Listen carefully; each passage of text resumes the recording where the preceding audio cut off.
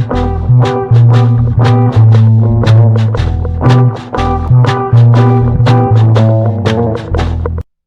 friends, hope all of you are doing good. My name is Animesh. Today I'm going to talk about long-term investment versus short-term trading. Just remember, we are comparing long-term investment in the cash segment of the equity market versus short-term to mid-term trading in the F&O segment of the equity market, the derivative equity market.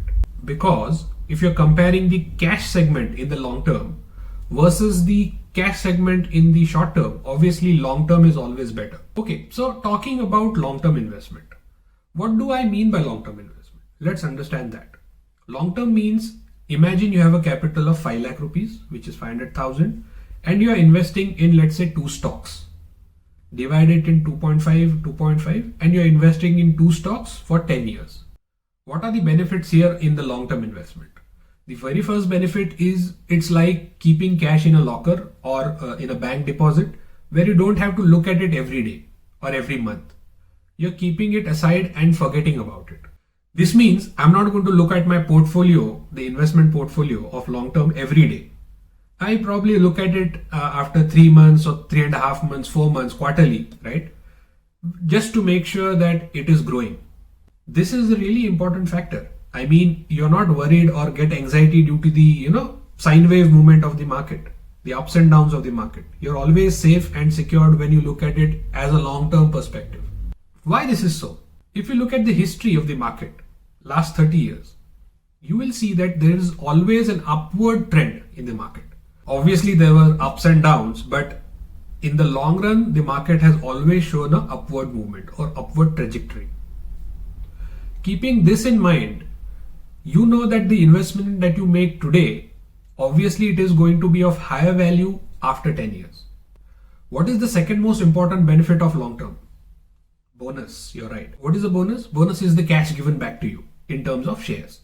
So for example, sometimes company gives 1:3, 1:2 or 2:5, some ratio, right? This depends on the performance of the company. So for example, in that year, if the company performs exceedingly well, due to higher growth or higher revenue and increasing cash flow, that's when the company decides that it will give you a bonus. So imagine this. You have invested 2.5 lakh in a company with 100 shares, right? Imagine the company does exceedingly well in, let's say, 2 years. The first year was exceedingly well, second year was even better. Then what the company did is, in the meetings, in the general body meetings of shareholders, it decided to give a bonus of 1:2. What happens in this scenario is you get 200 shares for the amount that you had invested in 100 shares. Obviously the price reduces for some years, but again it goes back to the original amount. So that means for your 5 lakh investment or 2.5 lakh investment, you got 200 shares. So in the long run of your 10-year investment, imagine this happens every 3.5 years. So your 100 shares they become 200. The next time they become 400 and the next time they become 800. So on your initial investment of 2.5 lakhs, you have got 800 shares. So after 10 years, you will be rest assured that you will get an amount which is obviously would be greater than the amount that you invested in 10 years back, but with a multiple of 800. What is the third benefit? The third benefit is dividends. What is a dividend? Dividend is the company giving back to its shareholders for being loyal shareholders. So for example, if you held 100 shares, the company might decide to give 1 rupee per share, which is 100 rupees per year. So you are getting kind of an additional cash every year based on your shareholding pattern. Considering all this, long term is a really great investment strategy. Now you would say, why do we even need to consider future and options? Let's look at that. What is the advantage in the futures and options segment? The very first advantage is you get to trade on large quantities of shares on the same amount that you had invested in the long term. So if you had invested 5 lakh or 2.5 lakh, whatever, the same amount gives you access to large quantity of share.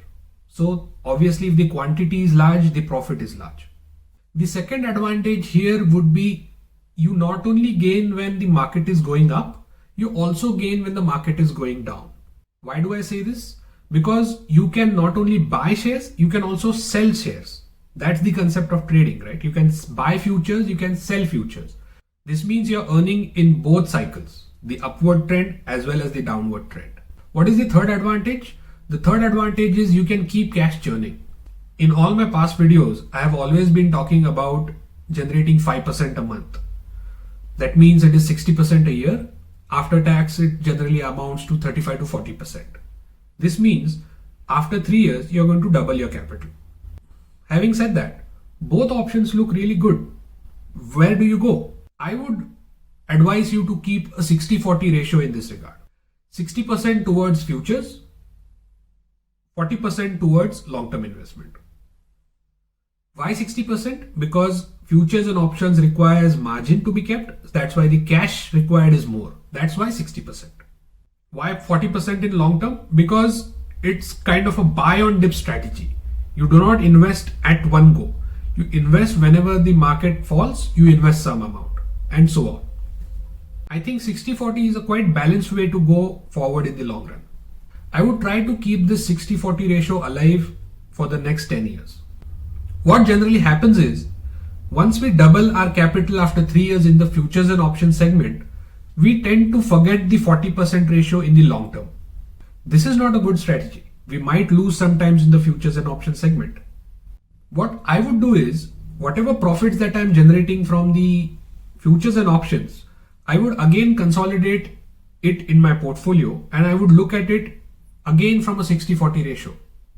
60% always goes to futures and options, 40% goes to long-term investment. Long-term, always buy on dips so that you get a good market average.